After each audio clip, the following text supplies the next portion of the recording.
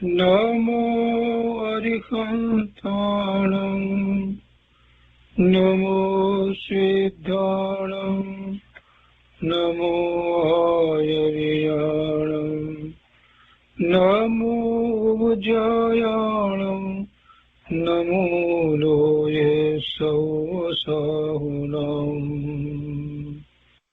અસપંચનમોકારો સર્વપાવપનાશનો મંગલાણં ચ સૌવર્ચે પરમં અવૈમંગલમ અજ્ઞાનતિમિરંધાનાં જ્ઞાનાંજનશલાકયા ચક્ષુન્મીલિतं येन તસ્मै શ્રીગુરવે નમઃ મુખાદિવ્યાકુક્ષિરત્નં સબ્દજિતવર્યાત્મજં શ્રીરાજચંદ્રયહું વંદે તત્વલોચનદાયકં પ્રભુતત્વલોચનદાયકં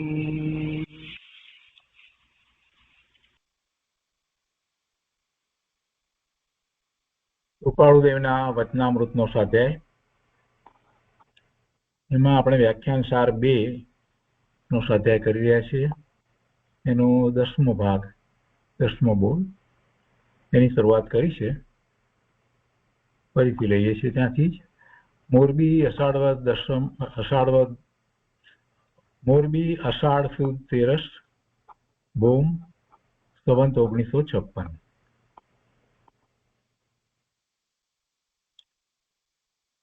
પહેલો બોલ આપણે જે કર્યો છે એમાં પેટા બોલ પહેલો. ભગવતી આરાધના જેવા પુસ્તકો મધ્યમ અને ઉત્કૃષ્ટ ભાવના મહાત્માઓને તથા મુનિરાજોને જ યોગ્ય છે. એવા ગ્રંથો તેથી ઓછી પદવી યોગ્યતાવાળા સાધુ શ્રાવકોને આપવાથી તેઓ કૃતજ્ઞ થાય છે.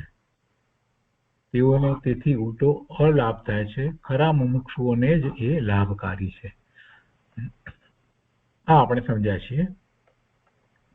હવે બીજો પેટાબોલ એમાં અહીંયા કહે છે કે મોક્ષ માર્ગ એ અગમ્ય તેમજ સરળ છે. અગમ્ય તેમજ સરળ છે. અગમ્ય પણ છે અને સરળ પણ છે. બે વિરોધાભાસી વાત આપણને લાગે. અગમ્ય કઈ રીતે છે?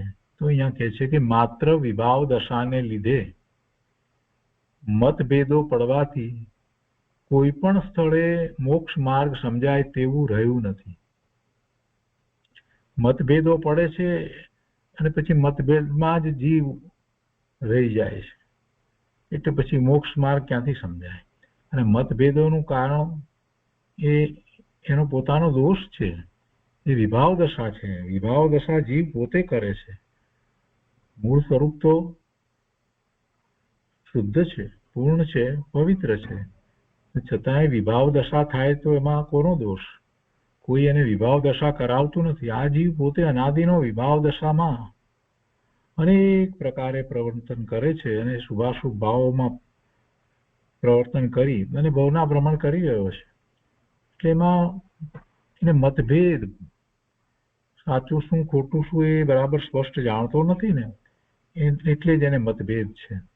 જે સત્ય જાણે છે એને કોઈ મતભેદ કોઈની સાથે પડતો નથી. વિભાવ દશાને લીધે મતભેદો પડવાથી કોઈ પણ સ્થળે મોક્ષ માર્ગ સમજાય તેવું રહ્યું નથી. એટલે પછી મોક્ષ માર્ગ અગમ્ય થઈ ગયો અને તેને લીધે વર્તમાનમાં અગમ્ય છે. માણસ મરી ગયા પછી અજ્ઞાન વડે નાળ ઝાલીને વૈદા કરવાની વાતનો વિચાર કરીએ. માણસ મરી ગયો અને એના પછી મરી ગયા પછી એની નાળ પકડી રાખીને પછી કે હવે વૈદું કરો, એમ કે એનો ઉપાય કરીએ. તો એવી નાળ ઝાલીને વૈદા કરવાની ફળની બરાબર મતભેદ પડવાનું ફળ થયું છે. મતભેદ પડે પછી કાંઈ રહેતું નથી, કંઈ હોય નહીં, એમ કહેવાનો આશય છે. અને તેથી મોક્ષ માર્ગ સમજાતો નથી. સરળ કઈ રીતે છે? તો પછી મોક્ષ માર્ગ અગમ્ય છે તેમજ સરળ છે. તો મતભેદની કડાકૂટ જવા દઈ આત્મા અને પૂતગળ વચ્ચે વહેંચણી કરી શાંતપણે આત્મા અનુભવવામાં આવે તો મોક્ષ માર્ગ સરળ છે અને દૂર નથી. કોઈ પણ પ્રકારના મતભેદમાં ન પડવામાં આવે અને બે જ વસ્તુનો વિચાર કરવાનો છે. દ્રવ્ય તો 6 છે, 5 જળ છે, પણ એમાં બાકીના 4 ક્યાં એને દેખાય છે? પૂતગળ સિવાયના બાકીના 4 તો દેખાતા નથી. 5 માંથી તો વાત કોની રહી? પૂતગળની. પૂતગળ રૂપી છે, સ્પર્શ રસ ગંધ વર્ણ એવું એને મૂર્તિકપણું છે, એટલે એ તો એને ખ્યાલમાં આવે છે. પોતે જ્ઞાન કરવા વાળો છે, ચેતન છે.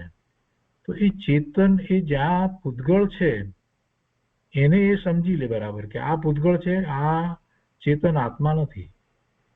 કેમ કે એ ઇન્દ્રિયનો વિષય બને છે, ખ્યાલમાં આવે છે ઇન્દ્રિયો દ્વારા, એટલે એ બધું પૂતગળ જ છે. તો આ પૂતગળ અને આ ચેતન ભગવાન આત્મા જે અમૂર્તિક છે, જે જ્ઞાન સ્વભાવી છે, એ બંને ભિન્ન છે, જુદા છે. એટલે એ બંને વચ્ચે ભેદ જ્ઞાન કરવું એટલે વહેંચણી કરી આત્મા અને પૂતગળ. બીજા દ્રવ્યને કેમ ન લીધા? કેમ કે આમ પણ એને ક્યાં દેખાય છે? એને ક્યાં કાળ દેખાય છે? ક્યાં ધર્માસ્તિકાય અધર્માસ્તિકાય કે આકાશ દેખાય છે? એટલે મુખ્ય તો આ જ વાત છે. પૂતગળ પરમાણુના સ્કંદ દેખાય છે ને, અને એ ક્યાં પૂતગળ છે એનો એને વિચાર કરવાનો છે. એ સમજ્યા પછીથી ઘણી બધી જગ્યાએ પૂતગળ છે જે એનો એને ખ્યાલ નથી ને એ જીવ માની બેઠો છે. શરીરથી શરૂઆત કરે તો એ બધું પૂતગળ છે. નો કર્મ બધું પૂતગળ છે.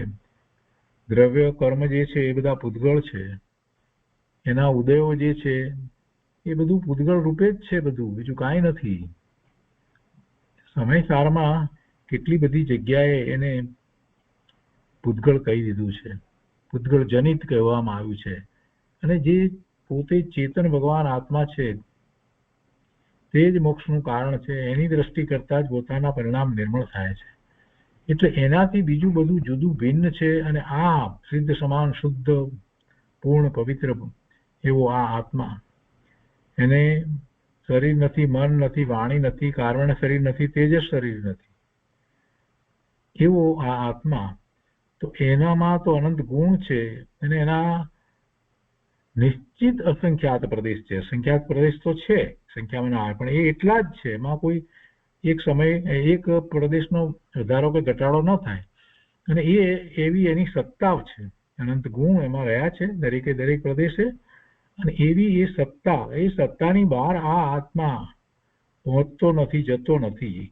કે બહારની એ સત્તાની બહારની કોઈ વસ્તુ આ આત્મામાં આવતી નથી, પ્રવેશ પામતી નથી. એવો આ આત્મા અને બીજું આ બધું પૂતગળ. એટલે પોતાની સત્તામાં જ એ રહે છે, સત્તામાંથી બહાર જતો નથી. છતાંય જ્ઞાન સ્વભાવ એનો છે, તો જ્ઞાન અપેક્ષાએ એ સર્વવ્યાપી છે, એટલે કે સર્વને જાણે છે. તો એમ પોતાનો અને પૂતગળનો એનો બરાબર પાકો નિર્ણય કરી ભેદ જ્ઞાન કરે અને પોતે જે છે એની શ્રદ્ધા રાખી અને એનું લક્ષ્ય કરે. તો એ વાત અહીંયા કરી છે કે મતભેદની કડાકૂટ જવા દઈ આત્મા અને પૂતગળ વચ્ચે વહેંચણી કરી શાંતપણે આત્મા અનુભવવામાં આવે તો મોક્ષ માર્ગ સરળ છે અને દૂર નથી. દૂર તો ક્યાંથી હોય? પોતાને વિશે જ છે તો પછી ક્યાં દૂર હોય? એક ઉદાહરણ આપીને સમજાવે છે કે જેમ કે એક ગ્રંથ વાંચતા કેટલોક વખત જાય ને તેને સમજતા વધારે વખત જવો જોઈએ, તે પ્રમાણે અનેક શાસ્ત્રો છે. તે એક એક વાંચ્યા પછી તેનો નિર્ણય કરવા માટે બેસવામાં આવે તો તે હિસાબે પૂર્વ આદિકનું જ્ઞાન અને કેવળ જ્ઞાન કેમે પ્રાપ્ત થાય નહીં. એટલે એમ જો એ પ્રયત્ન કરતો હશે કે આ દ્રવ્યશ્રુતના અભ્યાસમાંથી, તો કહે છે કે એ વાંચ્યા કરે એનો પાર ના આવે, સમજે નહીં, સ્વીકારે નહીં, આત્મસાત કરે નહીં અને એમાં જે કહેવામાં આવ્યું છે એવો પ્રયોગ કરે નહીં, તો વિદ્વતાથી વિશેષ કાંઈ પ્રાપ્ત થતું નથી. કેવળ જ્ઞાન કેને પ્રાપ્ત થાય નહીં? અર્થાત તેમ ભણવામાં આવતા હોય તો કોઈ દિવસ પાર આવે નહીં, પણ તેની સંકલના છે, એની સંકલના છે. ને તે શ્રી ગુરુદેવ બતાવે છે કે અંતર્મુહૂર્તમાં મહાત્માઓ તે પ્રાપ્ત કરે છે. એની સંકલના શું છે? આ 12 અંગનું જ્ઞાન છે તો બધાને કઈ 12 અંગનું જ્ઞાન થઈ જાય છે? સમ્યક તો પહેલા એવું નથી, પણ એની સંકલના છે. જેમણે એ દ્રવ્યસ્વરૂપને સાંભળી, સમજી, સ્વીકારી, આત્મસાત કરી અને એવો પુરુષાર્થ કર્યો છે, એ મહાપુરુષો એ માર્ગ બતાવે છે. એટલે એ સંકલના છે. વસ્તુ સ્વરૂપ કેવું છે એની મૂળભૂત વાતોને કેટલાક શાસ્ત્રોના આધારે એને સમજવી અને સમજ્યા પછીથી પોતાની પર ઉતારવાની કે આવું મારું સ્વરૂપ છે, પોતે એવો જ છે, એવો દ્રઢ નિર્ણય કરવો પડે. દ્રઢ નિર્ણય ન કરે અને પાછો એ વાતને શાસ્ત્ર પૂરતી મર્યાદિત રાખી અને પોતાનું કાર્ય જે રીતે અનાદિથી કરતો આવ્યો છે, જેને એ કાર્ય સમજે છે, એટલે વિભાવ રૂપ પરિણમવું. બીજું તો કઈ કાર્ય એ કરી શકતો નથી, બીજા પરના કાર્યો તો એ કરી શકતો નથી, પણ વિભાવ રૂપ પરિણમવાનું જો એ ચાલુ રાખશે તો એને કાંઈ લાભ થવાનો નથી. શાસ્ત્ર વાંચન પછીથી અહીંયા તો એ વાત કરે છે કે શાસ્ત્ર તો ઘણો અભ્યાસ છે, પણ એની સંકલના કરવી. એમાં મૂળભૂત વાત જે કહેવામાં આવી છે, પરમાર્થે આત્માના લક્ષ્ય સ્વરૂપની પ્રાપ્તિને માટે એના પુરુષાર્થની જે વાત કરવામાં આવી છે, એ વાતને વાંચી, વિચારી, સમજી અને પછી એને પી જવાની છે અને એનો અમલ કરવાનો છે. આ તો એ કરતો નથી. બહુ ઓછા જીવો આ વાતને પકડે છે. ધ્યાનની વાત કહીએ તો પહેલા તો વિરોધ કરતા હતા, હવે તો ખબર નથી, નહીં ધ્યાન નહીં એમ. અરે પણ ગુરુદેવે કહ્યું કે નિર્વિકલ્પ ધ્યાનમાં જ સમ્યક્ત્વ થાય છે, તો પછી નિર્વિકલ્પ ધ્યાનને માટે કાંઈ ન કરીને બધું એમને એમ થઈ જવાનું છે? જે વાંચવામાં આવે, જે સમજવામાં આવે, એને અનેક નય દ્વારા આપણે સમજાવીએ અને પછી એની વાત જ કર્યા કરવાની. આ નહીંથી આમ, આ નહીંથી આમ, કે બીજું કંઈ કરવાનું હોય અને એ વાતો પૂરી થાય એટલે પછી પાછા આપણે જે હતા તેનાથી એમ જ કોઈ બીજો ફેર પડે જ નહીં જીવનમાં. આવા સ્વાધ્યાય કર્યા જ કરે, વર્ષોથી કર્યા કરે છે, કેટલાય લોકો કરે છે. એનો શું અર્થ? જીવનમાં પરિવર્તન ના આવે તો સ્વાધ્યાય થયો એ કેમ કહેવાય?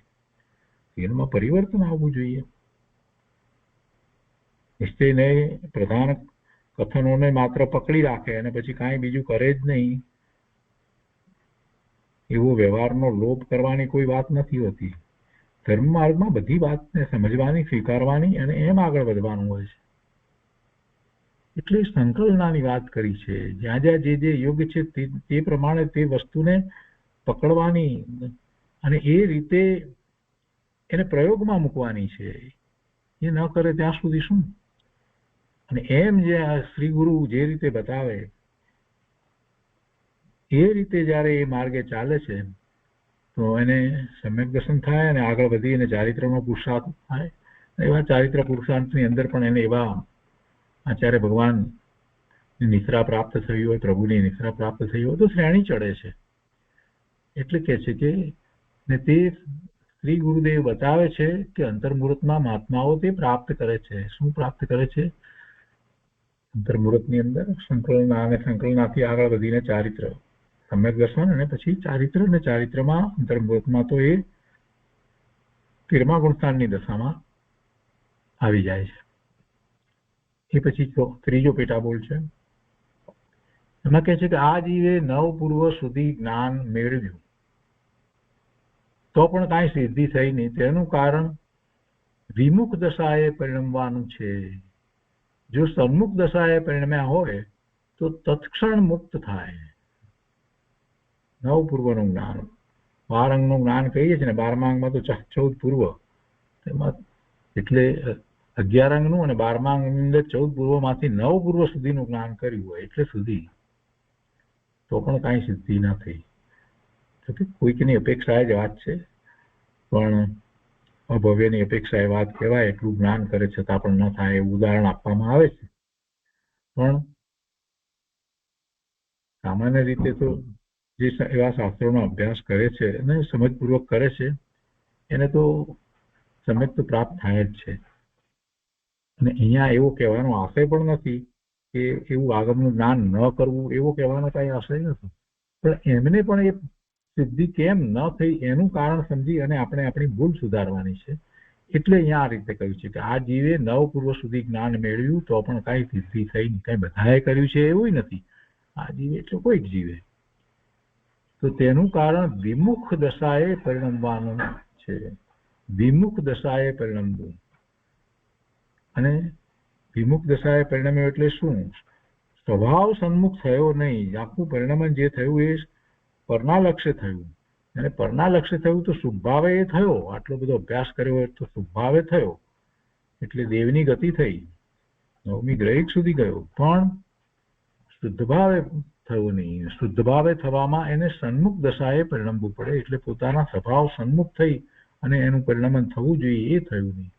એટલે કે છે કે જો સન્મુખ દશાએ પરિણમ્યા હોય તો તત્ક્ષણ મુક્ત થાય, તરત જ મુક્તિ પ્રાપ્ત કરે. પછી આ જ ભાવમાં મુક્તિ પ્રાપ્ત કરે એવું નહીં, કદાચ થોડાક વધારે ભાવ પણ થાય, 2-4-5 ભાવ થાય, પણ છેવટે મુક્તિને પ્રાપ્ત કરે. સન્મુખ દશાએ પરિણમવું. સન્મુખ દશા એટલે પોતાનું જે સ્વરૂપ છે એનું લક્ષ્ય કરીને ઉપયોગ સ્વ તરફ વળે ત્યારે સન્મુખ દશાએ પરિણમ્યા કહેવાય. એ પછી ચોથો પેટાબોલ છે, પરમ શાંત રસમય ભગવતી આરાધના જેવા એક જ શાસ્ત્રનું સારી રીતે પરિણમન થયું હોય તો બસ છે. કારણ કે આ આરામાં, આ કાળામાં, પંચમ આરામાં, પંચમ કાળમાં તે સહેલું સરળ છે. શાસ્ત્રોનો અભ્યાસ ગુરુદેવ જેવા જ્ઞાની પુરુષની નિશ્રામાં જો થયો હોય અને રુચિપૂર્વક અભ્યાસ થયો હોય તો જરૂર કાર્યકારી થાય. તો મોક્ષ માર્ગમાં એને લાગે કે કાંઈ દુર્લભ નથી, કાંઈ અઘરું નથી, અશક્ય નથી. અતિકલ્પના એ પોતે પોતાની જાતે જ અભ્યાસ એવો કરશે તો એને એની પ્રાપ્તિ નહીં થાય. કેમ કે માર્ગ તો જ્ઞાનીના અંતરમાં છે. માર્ગ માટેની જે સમજ છે એ શાસ્ત્રમાં આવે, પણ મૂળ વાત જે છે એનો મર્મ જે છે એ તો જ્ઞાની પાસેથી જ પ્રાપ્ત થાય. એ પછી પાંચમો પેટાબોલ છે, એમાં કહે છે કે આ આરામાં, આ કાળમાં સંઘણ સારા નહીં, એટલે એટલું બળ નહીં. સંઘણ બળ એટલે શરીર, વજ્ર ઋષભ નારાજ કે અર્ધ નારાજ કે એવા સંઘણ બળ તો હોતા નથી. તો એ તો નથી. આયુષ્ય ઓછા, વળી દુર્ભિક્ષ, મરકી જેવા સંજોગો વારંવાર બને, એટલે પ્લેગ જેવા રોગ વગેરે એ બધું વારંવાર બને. તેથી આયુષની કાંઈ નિશ્ચયપૂર્વક સ્થિતિ નથી. ઓછા આયુષ અને પાછા આ બધા રોગો અને બધું, આ બધું જ્યારે હોય ત્યારે આયુષ કેટલું હતું આમે ખબર નથી. કોઈ પણ આરામાં કોઈ જીવને પોતાના આયુષની તો ખબર હોતી જ નથી. પણ આ કાળને વિશે જેમ જેમ કાળ એવો થતો જાય છે તેમ આયુષ ઓછા થતા જાય છે. પહેલા આયુષ, જીવોના આયુષ લાંબા હતા, હવે ઓછા થતા જાય છે. એ રીતે શરીર વગેરે પણ ઊંચા હતા, એટલે એમાં શક્તિ વગેરે પણ એ પ્રમાણે હતું. સ્વાસ્થ્ય પણ સારા હતા. હવે રોગ ને એ બધું પણ વધ્યું છે. ને આયુષ નું પણ કાંઈ નક્કી કહેવાય નહીં. આવો સમય છે તો કે છે કે તેથી આયુષની કાંઈ નિશ્ચયપૂર્વક સ્થિતિ નથી. માટે જેમ બને તેમ આત્મહિતની વાત તરત જ કરવી. જ્યારે અનુકૂળતા છે ત્યારે તો અવશ્ય કરવું, કેમ કે પ્રતિકૂળતાની અંદર આ જીવમાં એટલું સામર્થ્ય નથી કે પ્રતિકૂળ સંયોગો હોય ત્યારે પણ એ પોતે પોતાનો પુરુષાર્થ આત્માના લક્ષ્ય એવો જ કરી શકે. એ ઘણું અઘરું છે, બહુ મુશ્કેલ છે. શરીરમાં એવા બળ નથી. એટલે જ્યારે શરીર સારું છે, મતિ સારી છે, એટલે કે બધી ઇન્દ્રિયો પણ સારી છે, સમજ શક્તિ પણ છે, આ બધું જ્યારે છે એવે વખતે એ સમય વેડફી ન નાખવો. કેટલાક લોકો એમ માને કે હજી હમણાં શું વાત, હમણાં નિધર્મની વાત પછી કરશું, ઘટપણમાં કરીશું, અત્યારે નહીં. હમણાં તો 70 વર્ષ નીકળી ગયા હોય તોય જે એવી વાત કરતો હોય, હમણાં નહીં, હમણાં તો જે અમે એક્ટિવ છીએ. કારણ ધર્મમાં જે જાય એ ઇનએક્ટિવ એમની દ્રષ્ટિમાં, તો એવી વાત છે. એટલે આવું કહેવા વાળા, માનવા વાળા ઘણા. ધર્મ તો પછી એમ કે ઘડપણમાં હોય, એમ વૃદ્ધાવસ્થામાં. પછી જયારે શક્તિઓ બધી જ ક્ષીણ થઈ ગઈ હોય, સમજ શક્તિ ઓછી થઈ ગઈ હોય, યાદ શક્તિ ઓછી થઈ ગઈ હોય, આંખ કે કાનમાં કઈક ક્ષમતા ઓછી થઈ હોય, અને એવે વખતે ધર્મ કરવાની શરૂઆત કરશે તો કેટલે સુધી પહોંચશે. સારી દશા હોય ત્યારે એ વખતે જ ધર્મની શરૂઆત કરવી જોઈએ, આરાધનાની શરૂઆત કરવી જોઈએ, સાચી વસ્તુ સમજવાની, એને પ્રાપ્ત કરવાની શરૂઆત કરી દેવી જોઈએ. એટલે કહે છે કે જેમ બને તેમ આત્મહિતની વાત તરત જ કરવી. મુલતવી રાખવાથી ભૂલ થાપ ખાઈ બેસાય છે. ભૂલ થાપ ખાઈ બેસાય એટલે પછી આપણે ધાર્યું હોય કે આપણે આમ કરશું આગળ, ત્યાં પછી એવી કોઈ બીમારી આવી જાય કે આયુષ પૂરું થઈ જાય, એમ ભૂલ થાપ ખાઈ બેસાય છે. આવા સાંકડા સમયમાં તો છેક જ સાંકડો માર્ગ, પરમ શાંત થવું તે ગ્રહણ કરવું. તેથી જ ઉપશમ, ક્ષયોક્ષમ અને ક્ષાયિક ભાવ થાય.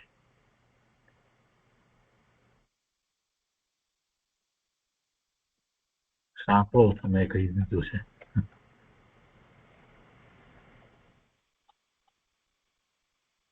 કેટલી બધી વાત કરી દીધી. અત્યારે વર્તમાનમાં તો એટલા બધા દુષ્કાળ વગેરે જોવા નથી મળતા, પણ એ સમય એવો હતો કે જ્યારે દુષ્કાળ વગેરે બહુ પડતા હતા. એટલે અહીંયા એ વાત પણ લીધી ને, અને રોગ પણ બધા ઘણા હતા. આ પ્લેગ જેવા રોગ ને બધા, કોલેરા ને ઘણી જાતના રોગ હતા. દુર્ભિક્ષ એટલે એ દુષ્કાળ પડે એવું બધું, અને એ બધા રોગો, આયુષ ઓછા, શક્તિ ઓછી શરીરમાં, આ બધું હોય. અને એમાં પછી જયારે વૃદ્ધાવસ્થા આવે ત્યારે તો પછી શું બાકી રહ્યું એમાં કંઈક વિપરીત સંયોગો પણ હોય, પ્રતિકૂળતાઓ પણ હોય, શરીરમાં અસાતા વેદનીના ઉદય વગેરે હોય, આ બધું હોય. એ વખતે પછી કે ધર્મ કરીશું તો ક્યાંથી બનશે? અત્યારે પણ એમ જ છે. તો શું કરવું એમ કે છે કે ઓછો સમય છે, સાંકડા સમયમાં, એટલે ઓછો સમય છે, તો ઓછા સમયની અંદર પોતાનું કાર્ય કરી લેવાનું છે. વધારે સમય છે મારી પાસે એમ માની અને જો એ તત્કાલ એવો ઉપાય નહીં કરે તો કદાચ એ ભૂલથાપ ખાઈ જાય, એટલે કે એને ધાર્યું એ પ્રમાણે ન થાય અને આયુષ્ય પૂરું થઈ જાય. એટલે છે કે પરમ શાંત થવું તે ગ્રહણ કરવું તે માર્ગ. તેથી જ ઉપશમ, ક્ષયોક્ષમ અને ક્ષાયિક ભાવ થાય છે. સાંકડા સમયમાં, ઓછા સમયની અંદર, અને આવી વિપરીતતા વાળા સમયની અંદર તો છેક જ સાંકડો માર્ગ, એટલે મૂળ માર્ગ જ પકડવાનો, બીજી કોઈ વાતમાં આગળ જવું જ નહીં. સીધો માર્ગ, જે આ જ માર્ગ છે એ સિવાય બીજા આડાવડા માર્ગે જવું નહીં. ટૂંકામાં ટૂંકો રસ્તો અપનાવી અને આત્મામાં પહોંચવું, સાંકડો માર્ગ. ટૂંકા માર્ગે આત્મામાં જવા માટે કોણ આપણને માર્ગદર્શન આપે? તો કેવા ગુરુ પાસે જવું જોઈએ, જેમણે એ પ્રાપ્ત કર્યું છે, એમની પાસેથી એ પ્રાપ્ત થાય. અને એમ થશે તો પછી પોતાના ભાવ એવા થશે, ઔપસમિક, ક્ષયોપસમિક અને ક્ષાયિક ભાવ થશે, જે ધર્મના ભાવ છે. 5 ભાવમાં ઔદયિક ભાવ છે તે ધર્મનો ભાવ નથી. જેવા ઉદયો કર્મના છે એવા ઉદયોની સાથે જોડાઈ અને જીવ પરિણમે છે એ ઔદયિક ભાવ, એમાં કોઈ ધર્મ થતો નથી. પણ પોતાના કર્મના ઉદય હોય અને એ કર્મના ઉદયો વખતે પણ એના ભાવ એવા હોય કે એ ઉદયો નું ફળ એને મળે નહીં, એટલે એનો ઉપશમ થયો કહેવાય કર્મનો. એવી રીતે ક્ષયોપશમ અને પછી કર્મનો ક્ષય એવા ભાવ થવા જોઈએ ત્યારે ક્ષાયિક ભાવ કહેવાય. તો ઉપશમ ક્ષયોપશમ અને ક્ષાયિક ભાવ એવા ભાવ જીવની પર્યાયમાં થાય એટલે સામે કર્મના પ્રકૃતિના ઉપશમ મોહનીય કર્મમાં જ ઉપશમ થાય છે. બીજી કર્મની પ્રકૃતિમાં ઉપશમ નથી હોતા. ઘાતી કર્મની પ્રકૃતિમાં દર્શન મોહની અને ચારિત્ર મોહની કર્મની પ્રકૃતિ હોય એમાં જ ઉપશમ થાય. બાકી જે છે જે એમાં તો ક્ષયોપશમ હોય છે. જ્ઞાનાવરણીય દર્શનાવરણીય અને અંતરાય કર્મની પ્રકૃતિની અંદર તો ક્ષયોપશમ હોય છે અને પછી બધી પ્રકૃતિઓના ક્ષય થાય છે. એ પછી છઠ્ઠો પેટાબોલ છે, કામ આદિ કોઈક જ વાર આપણાથી હારી જાય છે. કામ વિષય વાસના તો એ કોઈક જ વાર આપણાથી હારી જાય એટલે આત્મા આપણે એટલે આત્મા એનાથી હારી જાય એટલે કે એ જીતી લે. નહીં તો ઘણીવાર આપણને થાપ મારી દે છે. એટલા માટે બનતા સુધી જેમ બને તેમ ત્વરાથી તેને તજવાને અપ્રમાદી થવું, એને તજવા માટે ખૂબ જાગૃત થવું, એને માટે પ્રયત્ન કરવો. ઇન્દ્રિયના વિષયોને છોડવા માટેની વાત બધા જ મહાપુરુષોએ કરી છે. જેમ વહેલું થવાય તેમ થવું, જેમ વહેલું થવાય તેમ થવું. સુરવીરપણાથી તેમ તરત થવાય છે. એવું સુરવીરપણું દાખવવું. જીતેન્દ્રિયપણું, જે ઇન્દ્રિયોને વશ થઈ જાય છે અને એમાં સુખની બુદ્ધિ એને રહી છે, એ તો આત્માની દ્રષ્ટિ કરી શકતો જ નથી. પણ જે ઇન્દ્રિયોને વશ કરી લે છે એ પોતે સ્વરૂપની દ્રષ્ટિ સહેલાઈથી કરી શકે છે. એટલે જેને સ્વરૂપની દ્રષ્ટિ કરવી છે, સાચા મુમુક્ષુએ સ્વરૂપની અનુભૂતિ કરવી છે, એમાં જ રહેવું છે, તો એને આ બધું પણ જોઈએ, આવું ચારિત્ર પણ હોવું જોઈએ. ઇન્દ્રિયોના વિષયોની લોલુપતા ઘટવી જોઈએ અને એને માટે કહે છે કે સુરવીર થવું. સુરવીરપણાથી તેમ તરત થવાય છે. એ પછી સાતમો બોલ છે, સાતમા પેટાબોલમાં કહે છે કે વર્તમાનમાં દ્રષ્ટિ રાગાનુસારી માણસો વિશેષપણે છે. પંચમકાળ છે, 2500 વર્ષ તો ભગવાનને થયા ને થઈ ગયા. એ પછીથી ભગવાન પછીથી એ જ સમયમાં બહુ ટૂંક સમયમાં 3 જીવો મોક્ષે ગયા અને એ પછીથી તો જે કોઈ કેવલી તો થયા નથી, પણ જે 12 અને 14 પૂર્વનું જ્ઞાન હતું એ પણ એ ધીરે ધીરે લુપ્ત થતું આવ્યું. અત્યારે તો એક અંગનું પણ કોઈને જ્ઞાન નથી, અંગના અંશનું પણ જ્ઞાન એવા પણ કોઈ જીવો એવા રહ્યા નથી. એટલે એ રીતે જ્ઞાનમાં પણ અતિ અલ્પ જ્ઞાન છે અને એવો જે કપરો માર્ગ છે કે એવા પાછા સાચા જ્ઞાની પુરુષો ની નિશ્રા, એમનો સંયોગ એ સહેલાઈથી પ્રાપ્ત થતું નથી. એવા સત્સંગ પણ સહેલાઈથી થતા નથી. આવા સંયોગ હોય, આવો કાળ વીતતો હોય અને આપણા એવા પુણ્ય હોય કે જેને કારણે એ બધું સહેલાઈથી પ્રાપ્ત ન થાય. જેને સહેલાઈથી પ્રાપ્ત થયું છે, જીનવાણી મળી છે, એવા સત્સંગ વગેરે મળ્યા છે, એ એમાં પુરુષાર્થ ન કરે અને પોતાની મતિ કલ્પનાએ એ ધર્મમાં પ્રવર્તે. એટલે આવા વર્તમાન કાળની અંદર દ્રષ્ટિ રાગાનુસારી એટલે કે શ્રદ્ધા રાગની જ છે. રાગ એટલે રાગ અને દ્વેષ, એમાં બધું આવી જાય, ક્રોધ માન માયા કષાયો બધા. તો દ્રષ્ટિ એવી જ છે, શ્રદ્ધા એવી જ વર્તે છે. કોને? મોટા ભાગના જીવોને. વર્તમાનમાં દ્રષ્ટિ રાગા અનુસારી, રાગને અનુસરનારી દ્રષ્ટિ, એને અનુસરનારી શ્રદ્ધા, એમાં જ ધર્મ માનવા વાળા મોટા ભાગના લોકો છે. એવા માણસો વિશેષપણે છે. કોઈક જ જીવ માર્ગાનુસારી છે, બાકી તો બધા રાગાનુસારી જોવા મળે છે. દ્રષ્ટિ રાગાનુસારી ખરા, પણ એમાં પાછા શ્રદ્ધામાં જ મૂળમાં જ ભૂલ. મૂળમાં જ ભૂલ, શ્રદ્ધામાં જ ભૂલ. સાચી શ્રદ્ધા જ નથી કે કોને ધર્મ કહેવાય અને કઈ રીતે ધર્મની પ્રાપ્તિ થાય. એટલે એવા દ્રષ્ટિ રાગાનુસારી જીવો ઘણા અત્યારે વર્તમાનમાં ભરત ક્ષેત્રને વિશે પંચમ કાળમાં એવા વિશેષ જીવો જોવા મળે છે. ભરત ક્ષેત્રની અહીંયા અપેક્ષાથી વાત છે ને એટલે એ પછી આઠમો પેટાબોલ છે. જો ખરા વૈદ્યની પ્રાપ્તિ થાય તો દેહનો વિધર્મ સહેજે ઔષધિ વડે વિધર્મમાંથી નીકળી સ્વધર્મ પકડે છે.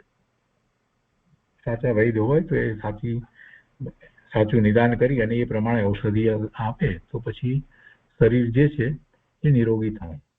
વિધર્મમાંથી નીકળે એટલે શરીર જે જુદી રીતે પરિણમતું હતું એ હવે સ્વાસ્થ્યથી પરિણમે. એટલે અહીંયા શબ્દ મૂક્યા છે કે દેહનો વિધર્મ સહેજે ઔષધિ વડે વિધર્મમાંથી નીકળી સ્વધર્મ પકડે એટલે એ સ્વસ્થ થાય શારીરિક રીતે. જો સાચા વૈદ હોય તો એ સાચી દવા પણ કરે, ટૂંકમાં એમ કહેવામાં આવે છે. હવે એ ઉદાહરણો પરથી સમજાય છે કે તેવી રીતે જો ખરા ગુરુની પ્રાપ્તિ થાય તો આત્માની શાંતિ ઘણી જ સુગમતાથી અને સહેજમાં થાય છે. કેમ કે એ એવો જ માર્ગ બતાવે. સાચા ગુરુ હોય જે પામ્યા છે એ જ બીજાને પામવામાં નિમિત્ત કારણ થાય. પોતે પામ્યા ન હોય એ બીજાને પામવામાં નિમિત્ત કારણ ન થાય. એટલે છે કે ખરા ગુરુની પ્રાપ્તિ થાય. ખરા ગુરુ એટલે જેમનું ગુણસ્થાન ખરેખર જોઈએ તો છઠ્ઠું ગુણસ્થાન હોય એ સાચા ગુરુ હોય. એ ઉપાધ્યાય હોય, એ આચાર્ય હોય કે મુનિ મહારાજ હોય, એ સાચા ગુરુ હોય તો એમની નિશ્રામાં એમના દ્વારા ધર્મની સમજ પ્રાપ્ત કરી અને આગળ વધવામાં આવે તો આત્માની શાંતિ ઘણી જ સુગમતાથી અને સહેજમાં થાય છે. તેથી તેવી ક્રિયા કરવામાં પોતે તત્પર એટલે અપ્રમાદી થવું. જેવા ગુરુ મળ્યા હોય અને એવી નિશ્રા પ્રાપ્ત થઈ હોય તો એમાં ક્યાંય પ્રમાદ ન સેવવો કે ઠીક છે આજે નથી જવાયું તો કઈ નહીં કાલે જઈશું, એમ નહીં. આજે ગુરુદેવનું પ્રવચન હોય અને ખબર હોય અને ન જાય. અત્યારે તો વર્તમાનમાં તો ગુરુદેવ નથી, ગુરુદેવ કાનજી સ્વામી જયારે હતા ત્યારેની એ વાત કરીએ, વિચાર કરીએ તો ત્યાં જ હોય અને ન જાય. આવા પણ હતા જીવો, બેસી રહ્યા હોય. ગુરુદેવના પ્રવચનોમાં જવું, સાંભળવા અને એમાંથી કાંઈક પ્રાપ્ત કરવું એવી રુચિ જ ન હોય તો પછી શું થાય? એટલે એવું બહુમાને એમના પ્રત્યે ના આવે અને પોતાના સ્વરૂપની પ્રાપ્તિની એટલી રુચિ ન થઈ હોય, ભવના ભ્રમણનો થાક ન લાગ્યો હોય, એમ પણ ન થયું હોય કે મારે સમ્યક દર્શન પ્રગટ કરવું જ છે. એટલે પછી એને તો ભવના ભ્રમણ બાકી જ રહેવાના છે ને. એવી દ્રષ્ટિ જ નથી થઈ, એવો નિર્ણય જ નથી થયો તો શું થાય? અહીંયા કહે છે કે જો એવી રીતે ખરા ગુરુની પ્રાપ્તિ થાય તો આત્માની શાંતિ ઘણી સુગમતાથી અને સહજમાં થાય છે. પણ એ કેવી રીતે થાય? પોતે એવો પુરુષાર્થ કરે તો. એટલે કહે છે કે તેથી તેવી ક્રિયા કરવામાં પોતે એવા ગુરુની નિશ્રામાં રહેવા માટે પોતે જાગૃત થવું, અપ્રમાદી થવું, પ્રમાદ છોડી અને શીઘ્ર એ તરફ વળવું. પ્રમાદ કરીને ઉલટા કાયર થવું નહીં, આળસમાં રહેવું નહીં. પ્રમાદ એને કાયર પણ અહીંયા તો કહી દીધું. પ્રમાદ કરી અને કાયર થવું નહીં. પ્રમાદ કરવાના અનેક કારણો. અત્યારે તો હમણાં ધંધા રોજગાર આમ ચાલે છે, હમણાં તો આમ બિઝી છે, તેમ બિઝી છે. આ બધું પ્રમાદ છે. એ બધું આ પ્રમાદના કારણો છે અને એને અહીંયા કાયરતા કહી છે. જીવો ધર્મની બાબતમાં, સ્વાધ્યાય વગેરેની બાબતમાં, ઘણી બાબતમાં જે અનિયમિત વર્તે છે ને તો એમાં એ પ્રમાદ છે. અને એવો પ્રમાદ માટે થઈ અને પોતે જાતે જ એવા કારણો સ્પષ્ટીકરણ રૂપે પોતે આપે છે કે હમણાં તો મારે આમ હતું, હમણાં તો તેમ હતું, આ બધું. તો એને તો અહીંયા કૃપાળુદેવ કાયરતા કહે છે કે પ્રમાદ કરીને ઉલટા કાયર થવું નહીં. એ કાયરતા છે. પ્રમાદ કરવો, ધર્મની બાબતમાં પ્રમાદ સેવવો અને બીજે બધે ખૂબ જ ઉત્સાહિત થવું એ કાયરતા છે. એ પછી નવમો પેટાબોલ છે. સામાયિક એટલે સંયમ. શબ્દની સામે બીજો સંયમ શબ્દ મૂકવો. સામાયિક ઘણી જુદી જુદી રીતે વર્ણવવામાં આવી છે. છેવટે તો એ પોતાનો જ ભાવ છે, પોતાને જ લાભનો ભાવ છે. સામાયિકમાં તો પોતાને જ લાભ કરે છે. સંયમ છે, સંભાવ છે, અને બીજી રીતે કહીએ તો સત્ય શ્રદ્ધા જે થઈ છે એની દ્રઢતા પણ છે. એવું સામાયિક જીવને કરવું જરૂરી છે. સાચી સામાયિક સમ્યક દ્રષ્ટિને હોય છે, જેને આત્માનું સ્વરૂપ જણાવ્યું છે, જે જગતના બધા પદાર્થોનું સ્વરૂપ જેમ છે તેમ ખ્યાલમાં આવ્યું છે, તો એને શાંતિ છે અને એને સાચું સામાયિક હોય છે. એવું સામાયિક હોય છે કે એ સામાયિકમાં કાવ્યસ્તર્કમાં બેસી અને ધ્યાનમાં એવો લીન થઈ જાય કે એનું ગુણસ્થાન આગળ વધી જાય, એના ચોથા ગુણસ્થાનથી પાંચમા ગુણસ્થાનની દશામાં આવે, એવું સામાયિક હોય. તે પછીથી 10મો પેટાબોલ છે, એમાં પ્રતિક્રમણની વાત કરી છે. પ્રતિક્રમણ એટલે આત્માની ક્ષમાપના, આરાધના. બે શબ્દ મૂક્યા છે, ક્ષમાપના અને આરાધના. ક્ષમાપના તો હોય, ક્ષમા તો માંગીએ, પોતાના દોષ માટે ક્ષમા માગવી, પણ ક્ષમા માગવી જ પડે, વારંવાર ક્ષમા માગવી પડે તો એનો અર્થ શું? એટલા માટે જ પ્રતિક્રમણની અંદર 6 આવશ્યક મૂકવામાં આવ્યા છે, અને એમાં પ્રતિક્રમણ અને પ્રત્યાખ્યાન અને આલોચના પણ, એ 3 વસ્તુ જે મૂકવામાં આવી છે એ બહુ મહત્વની છે. તમે દોષ માટે ક્ષમા માગી લીધી, બરાબર છે, પણ ક્ષમા માગી એટલે એ દોષ જ્યારે કર્યો એ વખતે જે ભાવ હતો એવા ભાવને કારણે જે પોતાને ભાવ આશ્રવ અને ભાવ બંધ થયા એ તો કાંઈ મટી જવાના નથી, અને એને કારણે જે દ્રવ્ય બંધ થયો એ બધું ઉદયમાં તો આવશે જ. એટલે પ્રતિક્રમણ કરી લઈએ એટલે એ કાંઈ જતું રહેવાનું છે એમ તો નથી, પણ પ્રતિક્રમણ કરીએ છીએ તો એમાં એ આશય એવો છે કે એ પોતાનો દોષ છે એવી કબૂલાત છે કે આ મારી ભૂલ થઈ, આ મારા દોષ થયા છે ને એ માટે હું ક્ષમા માંગુ છું. તો હવે બીજા દોષ ન કરવા માટે પણ કંઈક હોવું જોઈએ ને, તો એને માટે પ્રત્યાખ્યાન છે કે ભવિષ્યમાં એવા દોષ હું નહીં કરું. એટલું આ દોષને માટે ક્ષમા માંગીએ એમ નહીં, વર્તમાનમાં પણ દોષ છે એને માટે ક્ષમા માંગીએ એવી આલોચના છે, અને સાથે ભવિષ્યમાં એવા દોષ ન કરવા માટેની પ્રતિજ્ઞા એ પ્રત્યાખ્યાન છે. એટલે જ્યારે પ્રતિક્રમણ કહીએ છીએ ત્યારે એ બધું જ એમાં સાથે આવી જાય છે, સમયના પ્રતિક્રમણની વાત આપણે ઘણીવાર કરીએ છીએ તો જે વખતે વિભાવ ભાવે પરિણમન થયું છે એ જ વખતે આવો વિભાવ ભાવ મને ન હોય એમ કરી અને પોતે ક્ષમા માગે, અને પોતે કોણ છે એ વાત પોતાને નિર્ણય થયો છે તો પોતે શુદ્ધ આત્મા છે, તો પોતે જ્ઞાન સ્વરૂપી છે, તો પોતે જ્ઞાન સ્વભાવે શુદ્ધ ભાવે પરિણમવા માટે સ્વરૂપ તરફ દ્રષ્ટિ કરે.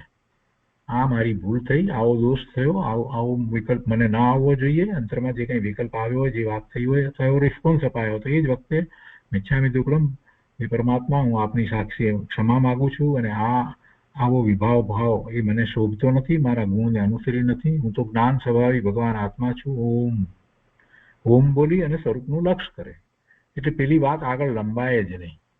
આવું સમયનું પ્રતિક્રમણ, તો એમાં એ વાત પણ આવી જાય છે કે એવું હું નથી અને મને શોભે નહીં, એટલે એ પ્રત્યાખ્યાનની પણ વાત આવી જાય, અને હું જે છું તે તરફ પોતે વળી જાય તો પ્રતિક્રમણ કહેવાય. પ્રતિક્રમણ એટલે પાછા ફરવું, સાદા શબ્દોમાં તો ક્યાંથી પાછા ફરવું?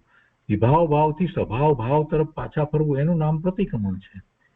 એટલે એવું પ્રતિક્રમણ કરે છે, એમાં સમાપના છે આત્માની, અને આરાધના શું થઈ કે સ્વભાવ ભાવ તરફ કોઈ વળ્યો એટલે આરાધના શરૂ થઈ. આરાધના તો એને જ કહેવાય ને, સ્વભાવ ભાવ તરફ વળે અને સ્વભાવની અનુભૂતિ કરે એ આરાધના. પોતાની જ આરાધના કરવાની છે, પોતાના શુદ્ધ સ્વભાવની, સિદ્ધ સમાન શુદ્ધ સ્વરૂપની તો આરાધના કરવાની છે, એમાં તો એકાગ્રતા લીનતા કરવાની છે, એ આરાધના પ્રતિક્રમણ કરીને જ થાય. પછી 11મો પેટાબોલ છે, એમાં કહે છે કે પૂજા એટલે ભક્તિ. પૂજા અને ભક્તિ જુદા જુદા અર્થમાં પણ એનો પ્રયોગ થાય છે. અને મોટા ભાગના લોકોને તો જે ક્રિયા છે એને જો એ પૂજા સમજે છે. એટલે દિગંબર પ્રમાણે, શ્વેતાંબર પ્રમાણે જુદી જુદી રીતે આખી વિધિ હોય છે, તો એને પૂજા કહે છે. પણ પૂજામાં તો આખો ભાવ છે. એ દ્રવ્યથી પૂજા કરવામાં આવે દિગંબર પ્રમાણે કે શ્વેતાંબર પ્રમાણે, કે પ્રતિમાને જે ચાંદલા કરવામાં આવે વગેરે જે કંઈ છે, એ બધી વસ્તુની સાથે પોતાને જે ભાવ છે, પ્રભુ પ્રત્યેનો અહોભાવ જે છે, ને પ્રભુ પાસેથી પોતાને કંઈક પ્રાપ્તિ થઈ છે, એ વાત જે છે એ તો હોવી જોઈએ. એ ન હોય અને માત્ર એ પૂજા બોલી જાય અને સાથે એ પ્રમાણે જે અષ્ટપ્રકારી દ્રવ્યો જે છે એ પછી ચડાવે, આ બધું કઈ વિશેષ લાભ થતો નથી. સામાન્ય પ્રકારનો શુભભાવ છે, જેથી વિશેષ કાંઈ નથી. અંતરમાં પ્રભુ પ્રત્યે એવો અહોભાવ એ વખતે થવો જોઈએ. અને એ અહોભાવ એટલા માટે થવો જોઈએ કે પ્રભુના સ્વરૂપને સમજ્યો છે અને એવો અહોભાવ આવ્યો છે એટલે તો એ પૂજા કરી રહ્યો છે. તો પછી એ વખતે અહોભાવ ઉત્કૃષ્ટ પ્રકારનો અહોભાવ હોય પ્રભુ પ્રત્યે, કે પ્રભુએ જ મને જ્ઞાન આપ્યું છે, પ્રભુ દ્વારા જ મને બધી પ્રાપ્તિ, જે કંઈ સમજ મળી છે પ્રભુ દિવ્ય ધ્વનિમાંથી, જે આ જીનવાણી રચાઈ છે એ દ્વારા મને પડી છે. એટલે પ્રભુનો તો મહા ઉપકાર છે, પ્રભુની કરુણાનો કોઈ પાર નથી. એવો અંતરમાં ખૂબ ભાવ હોય. અને એટલું જ નહીં, જે સાચો સાધક છે, જેને સમ્યક દર્શન થયું છે, અનુભૂતિ થઈ છે, એટલે ક્ષણ માટે પણ જેને આત્માની અનુભૂતિ થઈ છે, એને તો બીજી રીતે પણ અહોભાવ આવે કે એક ક્ષણમાં અનુભૂતિ કરીને આપણે તો બહાર આવી જઈએ છીએ, ત્યારે પ્રભુ તો પોતે પોતાના અંતરમાં સમાઈ ગયા, બહાર જ ના આવ્યા. પ્રભુની કેવી અદ્ભુત દશા, એમના પ્રત્યેનો ખૂબ ભાવ આવે. એટલે આ બધો જે ભાવ છે એ જ ભક્તિ છે. એટલે પ્રભુના એ દ્વારા પ્રભુના ગુણોનો એને ખ્યાલ આવી જાય છે, પ્રભુના પુરુષાર્થનો ખ્યાલ આવી જાય છે. એટલે એ રીતે જોઈએ તો એ ભક્તિ છે. એક અથવા બીજા પ્રકારે જોઈએ તો જે પોતાને પ્રાપ્ત કરવાનું છે એવું જેમણે પ્રાપ્ત કર્યું છે એમના તરફના એ ભાવ જે થયા છે, તો એમાં એ પૂજા પણ હોય, એમની ભક્તિ પણ હોય, એમનું સ્મરણ પણ હોય, એમનું સ્તવન પણ કરવામાં આવે, એમના ગુણગાન ગાવામાં આવે, આ બધું જ આવી જાય. પણ અને એમાં પરલક્ષે જે થઈ રહ્યું છે, તો પરલક્ષે થાય છે એટલે નકામું છે એમ નથી. પરલક્ષે થાય છે તો એમાંથી જ એ સ્વ તરફ વળી શકશે. સીધો સ્વ તરફ નથી વળી શકતો કોઈ જીવ. પ્રભુનું આવું સ્વરૂપ છે, સિદ્ધનું આવું સ્વરૂપ છે, તો એવું જ સ્વરૂપ મારું છે એમ પોતે પોતાના સ્વરૂપનો નિર્ણય કરે છે. કેમ કે વર્તમાન પર્યાયની અંદર એને એવો નિર્ણય થાય કેવી રીતે?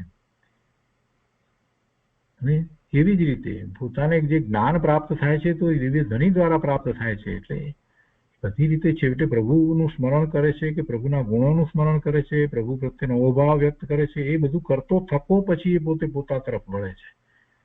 શરૂઆત એવી રીતે જ થાય છે. એટલે એ બધું હોય, સાથે હોવું જોઈએ. સ્વરૂપમાં જવા માટે એ બધું પણ એટલું જ જરૂરી છે.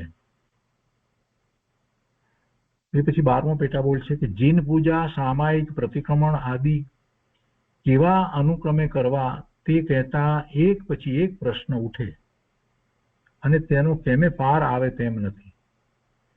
પણ જો જ્ઞાનીની આજ્ઞાથી તે જીવ ગમે તેમ, એટલે કે જ્ઞાનીએ બતાવ્યા પ્રમાણે વર્તે તો પણ તે મોક્ષના માર્ગમાં છે. આ બધી કેટલી બધી વાત છે. ઈશ્વર ભગવાનની પૂજા ને સામાયિક ને પ્રતિક્રમણ ને બાહ્ય વ્રત ને બાહ્ય તપ એવા અને અનેક પ્રકારે પૂજા વગેરે બધું હોય છે, એવા અનુષ્ઠાનો બધા.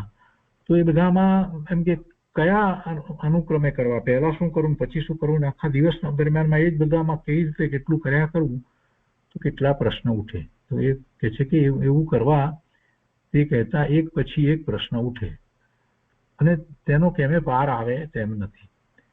પણ જો જ્ઞાનીની આજ્ઞાથી તે જીવ જ્ઞાનીએ બતાવ્યા પ્રમાણે જો વર્તે, જ્ઞાનીએ કોઈ રીત બતાવી કે તારે પહેલા આ કરવું પછી આને આ, સીધી રીતે વાત બતાવી દીધી હોય, સ્પષ્ટ બતાવી હોય, તો એ રીતે વર્તે, તો આ બધા જ અનુષ્ઠાનો એ ન કરતો હોય તો પણ એ મોક્ષ માર્ગમાં આવી જાય.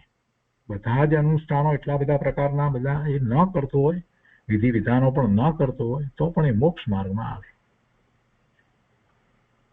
કેમ કે મૂળ વાત જ્ઞાની પુરુષ બતાવે છે અને એની સાથે એને જે દોષ થતા હતા એ દોષના નિવારણનો ઉપાય બતાવે છે, અને એ ઉપાય આ શુભભાવની કોઈક ક્રિયા જે એને માટે જરૂરી છે એની આજ્ઞા આપીને કરાવે છે કે તારે આ કરવું, તારે માળા ગણવી. દાખલા તરીકે કોઈક જ્ઞાની પુરુષે કોઈકને એનું ક્ષયોક્ષમ જોઈ અને એને એમ કહ્યું કે તારે આ રીતે પ્રભુની માળા આ રીતે આમ બેસીને આમ ગણવી, શાંત ચિત્તથી વખતે બીજી કોઈ વાત જોઈએ જ નહીં.